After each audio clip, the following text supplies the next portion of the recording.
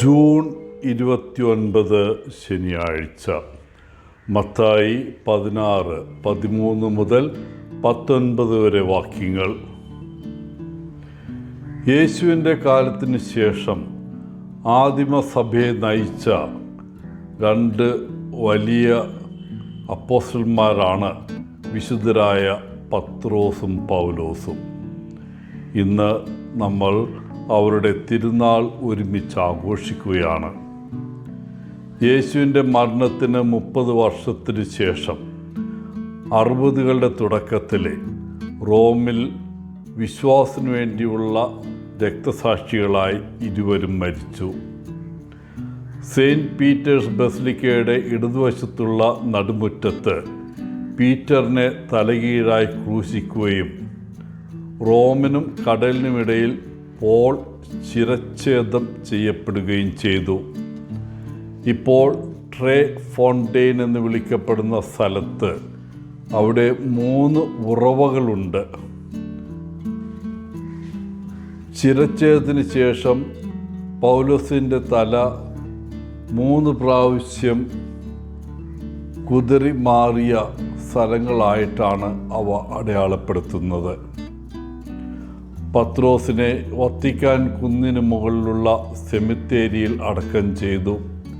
പിന്നീട് ആ ശവകുടീരത്തിന് മുകളിൽ സെൻറ്റ് പീറ്റേഴ്സ് ബസിലിക്ക പണിതു.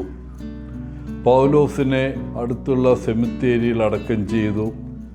മതിലിന് പുറത്തുള്ള സെൻറ്റ് പോൾസ് ബസിലിക്ക എന്ന് അറിയപ്പെടുന്ന ദേവാലയം അദ്ദേഹത്തിൻ്റെ ശവകുടീരത്തിന് മുകളിൽ നിർമ്മിക്കപ്പെട്ടു. ഈ 2 വിശുദ്ധന്മാരും വ്യത്യസ്ത കാരണങ്ങളാൽ പ്രാധാന്യമർഹിക്കുന്നു.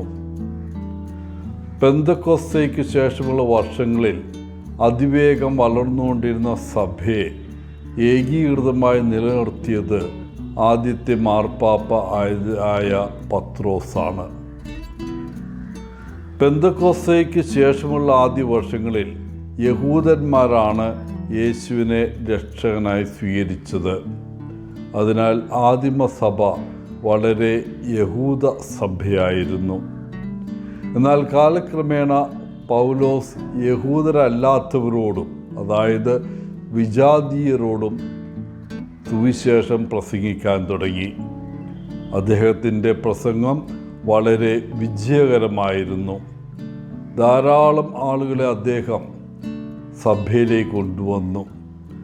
അതിനാൽ സഭയിലെ യഹൂദരുടെ എണ്ണത്തേക്കാൾ കൂടുതൽ വിജാതീയർ അല്ലെങ്കിൽ യഹൂദേതര ആളുകളെ കൊണ്ട് നിറഞ്ഞു. പൗലോസ് കാരണമാണ് ഇന്ന് നമ്മൾ സഭയിലുള്ളത്. ആദിമസഭയിൽ പത്രോസിനും പൗലോസിനും വളരെ പ്രധാനപ്പെട്ട ജോലികൾ ഉണ്ടായിരുന്നു. സഭയിലെ ഐക്യം നിലനിർത്തുക എന്നതായിരുന്നു പത്രോസിൻ്റേതെങ്കിൽ, പഴയ നിയമ പ്രതീക്ഷകളുടെ പൂർത്തീകരണമാണ് യേശുവാണെന്ന് യഹൂദന്മാരെ പഠിപ്പിക്കുകയും യേശുവാണ് രക്ഷകനെന്ന് വിജാതീയരെ പഠിപ്പിക്കുകയും ചെയ്തത് പൗലോസാണ്. പത്രോസിൻ്റെയും പൗലോസിൻ്റെയും പ്രതിമകൾ കാണുമ്പോഴെല്ലാം സാധാരണയായി പത്രോസ് സഭയുടെ തലവൻ എന്ന നിലയിൽ തൻ്റെ കടമയെ പ്രതീകപ്പെടുത്തുന്ന ഒരു താക്കോൽ കൈവശം കാണാം.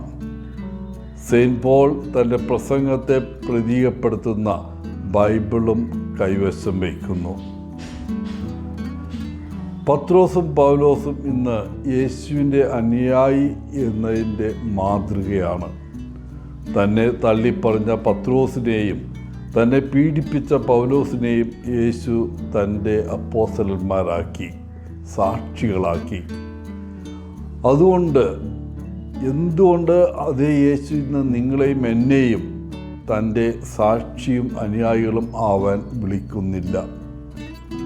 ഈ 2 പേരിൽ നിന്നും നമ്മൾ വളരെ വ്യത്യസ്തരാണോ? അല്ല. യേശു നമ്മളെ പേര് ചൊല്ലി വിളിക്കുന്നത് കേൾക്കുമ്പോൾ നമ്മൾ ആരൊക്കെയോ എന്തിന് എന്നൊക്കെ ചോദിച്ചേക്കാം. പത്രോസും പൗലോസും പറഞ്ഞതും അതായിരിക്കാം. ഒരുപക്ഷെ നാം ചോദിക്കുന്നു, കർത്താവേ, എന്തുകൊണ്ട് ഞാൻ? യേശു പറയുന്നു, എന്തുകൊണ്ട് നീ അല്ല. എല്ലാവർക്കും ഇന്നത്തെ തിരുനാളിൻ്റെ മംഗളങ്ങൾ നേർന്നുകൊണ്ട് ഒത്തിരി സ്നേഹത്തോടെ പോളച്ചൻ CSSR ഫ്രം കേരള.